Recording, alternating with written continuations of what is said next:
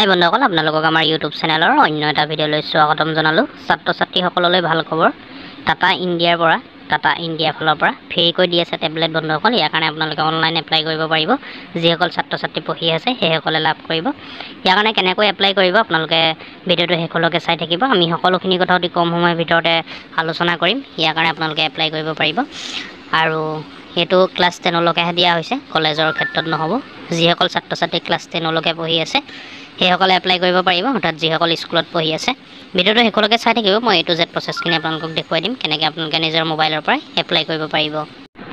এইখন এডভাৰটাইজমেণ্ট বন্ধুসকল চাওক। প্ৰিয় শিক্ষাগুৰু, অভিভাৱক তথা শিক্ষাৰ্থীসকল, ইয়াত দেখিছে আপোনালোকে, ইয়াত লিখা আছে প্ৰিয় শিক্ষাগুৰু, অভিভাৱক তথা শিক্ষাৰ্থীসকল, দুটা সহজ পদক্ষেপত এটা আইপেড জিকাৰ সুযোগ আহিছে।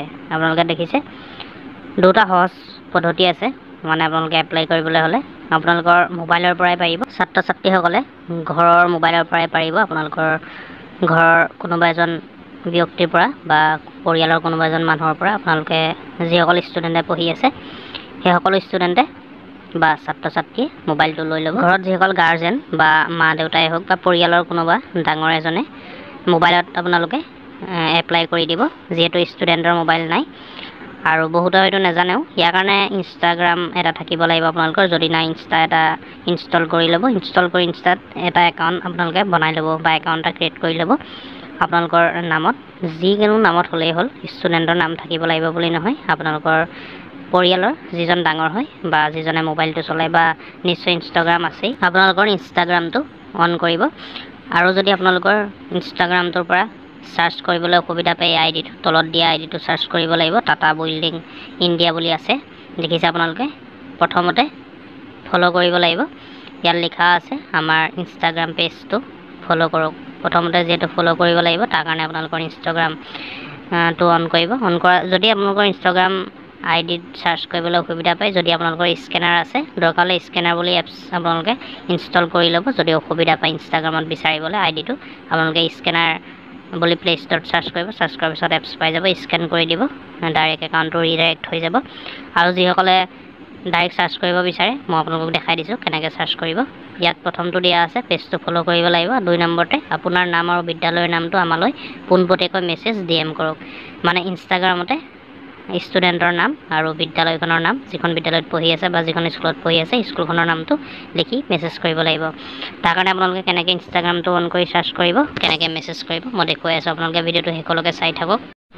ইয়াৰ কাৰণে আপোনালোকৰ ইনষ্টাটো অৰ্থাৎ ইনষ্টাগ্ৰামটো অ'পেন কৰিব। অ'পেন কৰাৰ পিছত চাৰ্চ বাৰত চাৰ্চ কৰিব, এনেকৈ চাৰ্চ কৰিব টাটা বিল্ডিং ইণ্ডিয়া, এনেকৈ চাৰ্চ কৰিব। টাটা বিল্ডিং ইণ্ডিয়া বুলি চাৰ্চ কৰিব। আপোনালোকক ভালকৈ দেখাই দিছোঁ ওচৰলৈ নি। টাটা টাইপ কৰিব, তাৰপৰা আণ্ডাৰস্ক'ৰ যিডাল চিম্বল আছে সেইডাল দিব, তাৰপিছত বিল্ডিং আকৌ আণ্ডাৰস্ক'ৰ সেইডাল দিব, তাৰপিছত ইণ্ডিয়া, এনেকৈ ইণ্ডিয়া টাইপ কৰিব। টাইপ কৰাৰ পিছত এই আহিয়ে গৈছে, আপোনালোকে দেখিছে টাটা বিল্ডিং ইণ্ডিয়া বুলি আহি গৈছে। এইখন চাওক। প্ৰথমতে পেজখন ফ'ল' কৰি ল'ব, যিহেতু পেজখন ফ'ল' কৰিবলৈ কোৱা হৈছে। ইয়াত 1,29,000 ফলোৱাৰ্ছ আছে, আপোনালোকে দেখিছে। 405টা পোষ্ট।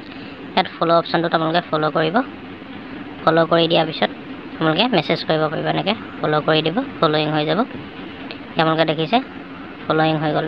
ইয়াত ছাইডত যিটো মেছেজ অপশ্যন আছে আপোনালোকে মেছেজ কৰিব লাগিব। এতিয়া আপোনালোকৰ নামটো আৰু স্কুলখনৰ নাম, ছাত্ৰ ছাত্ৰীৰ নামটো আৰু স্কুলখনৰ নাম, কোনখন স্কুলত পঢ়ি আছে সেইটো মেছেজত পঠিয়াব লাগিব।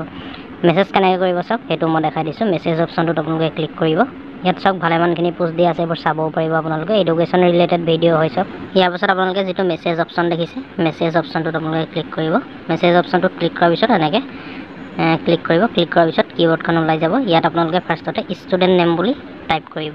মই ইয়াত টাইপ কৰি ল'লোঁ। প্ৰথমতে আপোনালোকে ষ্টুডেণ্ট নেম দিব। ষ্টুডেণ্ট নেম দি পেলাই আপোনালোকৰ ষ্টুডেণ্টৰ নাম ছাইডত লিখিব, ফুট 2টা দি দিব। তাৰপাছত তলতে স্কুল নেম বুলি লিখিব। স্কুল নেম লিখি স্কুলখনৰ নামটো লিখি দিব।